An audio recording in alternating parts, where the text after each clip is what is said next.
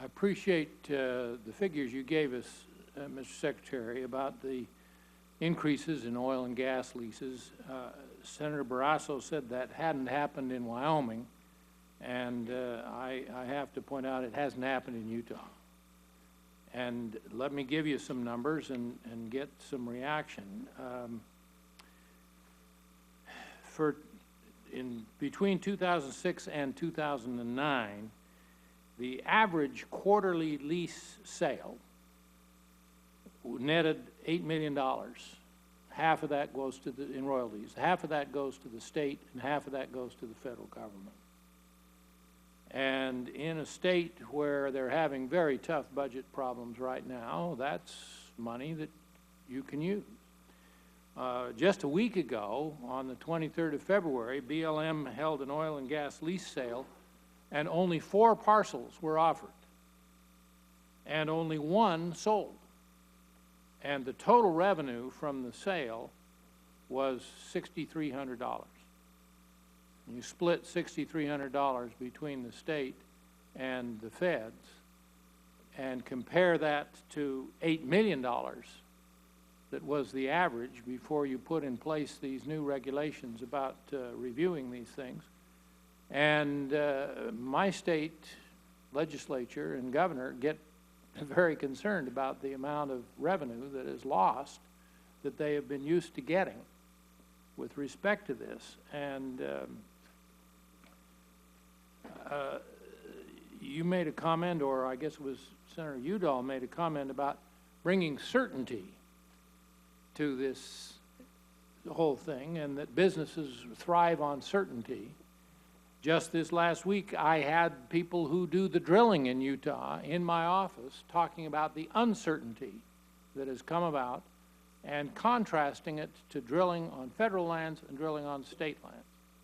Of course, you know, being a senator from western states, all about state trust lands and how state lands have been different. I was told that the period of time to get a lease approved on state land is 60 days.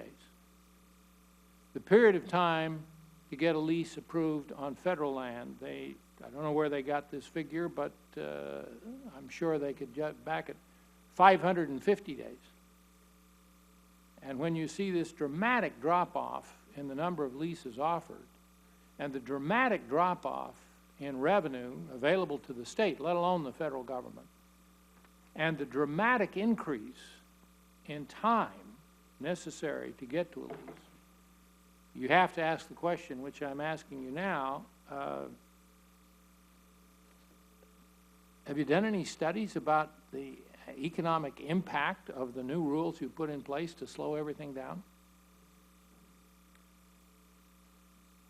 Senator Bennett, I appreciate the question very much. I will tell you, even as recent as late yesterday afternoon, I was meeting with county commissioners from Utah, as well as IPAMs, not exactly a friendly crowd, if you will, in terms of some of these initiatives that you're alluding to, but having a conversation with them about how can we do things better.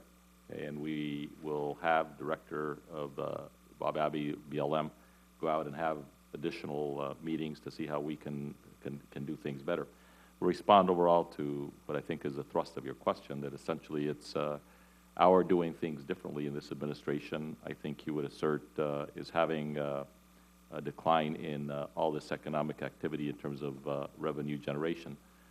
And I, with all due respect, Senator Bennett, would beg to differ. I think it's the economic times that we have been through and the low price of natural gas that has created the lack of interest in additional leased lands. And that's why we end up having not only thousands, but literally millions upon millions of acres that are out there that have already been leased, both on the onshore as well as in the offshore, and aren't being developed. And part of the reason they are not being developed is where the price of oil and natural gas have been. And so it's the overall economics that have driven down the revenue numbers that you were alluding to, in my view, and not the changes that we brought about to bring about to create a more streamlined and certain process with respect to oil and gas leasing. But as I said in an earlier part of the testimony here this morning, I don't pretend to know that we are the holders of total wisdom relative to how we ought to be regulating our public lands and oil and gas. And so if there are better ways in which we ought to be doing what we're doing, we are listening. And that's why Assistant Secretary Wilma Lewis and Director Bob Abbey, as well as myself and Deputy Secretary David Hayes, will be having additional meetings to understand what the real impact is of our new rules on the ground. Well, I accept your comment about the price of natural gas. I think that's a legitimate comment and a legitimate reason why things will be down from where they were.